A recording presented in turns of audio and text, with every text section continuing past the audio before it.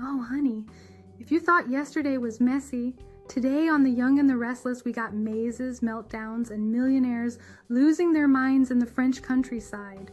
Buckle up, pour your fanciest glass, and let's dive into the June 19th episode because Dumas is finally about to do the most, and your girl is here for the drama. So picture it, France, gorgeous views, no cell service, fancy maze, and a guest list full of ex's enemies and egos because, of course. Let's start with Phyllis, who practically face plants into Nick in the middle of this hedge maze from hell.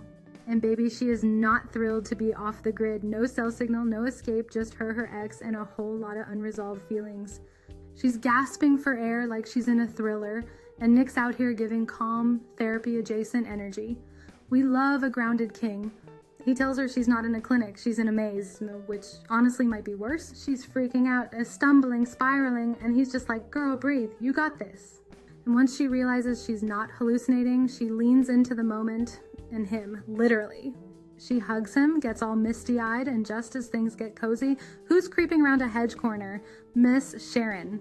And you know Sharon's not letting this slide without throwing her little brand of subtle shade. Sharon, of course, pops up talking about how soothing this nightmare of a maze is. Ma'am, where? Phyllis is like, I'd rather sniff wildflowers, thank you, and honestly, same. But you know Sharon, she's all about pretending everything's zen while mentally logging receipts. Meanwhile, Kyle and Audra are lost in the maze too. But baby, the scent of tension is strong. He's low-key intrigued, she's high-key smug, and they're sparring like it's foreplay. He accuses her of stealing perfume formulas, she accuses him of being a knockoff himself, and then she goes full seductress and sprays that mystery fragrance on her neck like it's her superpower.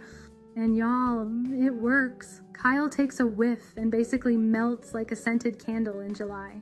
It's intoxicating, he says, sir, we see you. Now over with Jack and Diane, newlyweds in a romantic French horror movie. And Diane's like, why are we here? Why is Dumas hiding? Why is my son flirting with Cruella de Perfume? And Jack's trying to enjoy his drink and ignore the fact that everyone's unraveling. They run into Billy and Sally, who are oddly chill about all of this, and decide to pretend it's a honeymoon instead of a potential hostage situation. And then, ding ding, the Winters family enters the chat.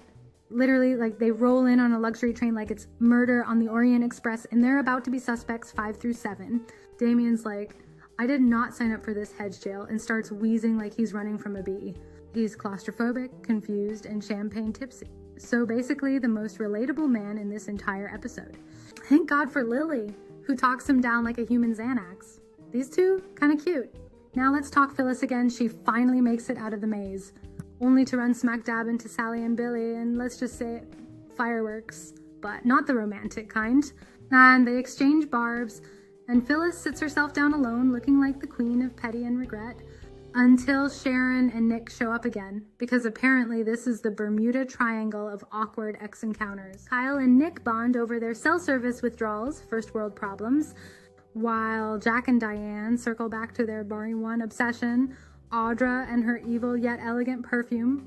Jack's like, she let Kyle smell it, Diane, alarmed wife noises. Then the whispers start.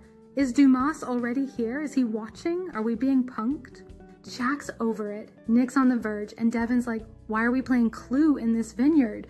Even Billy is ready to pack up his mocktails and head home, but then someone mentions luxury, and they all toast like everything's fine.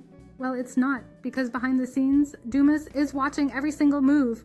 And he's had enough. He's sipping espresso, watching these rich folks run in circles on surveillance screens. And he's done pretending to be patient. It's time, he says, cue the ominous music. He tells Carter to get Victor and Nikki, who've been hiding in their private car like they're allergic to peasantry. And then he drops the biggest mic of all. I may not be able to wait until tomorrow. Sir, what do you mean by that? We're not ready.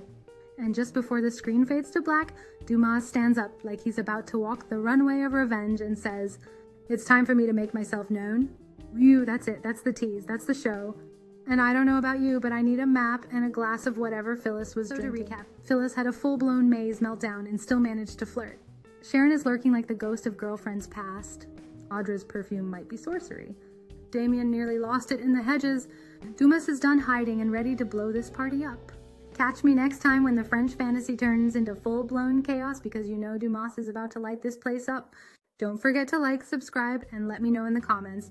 Is Audra low-key genius or high-key dangerous?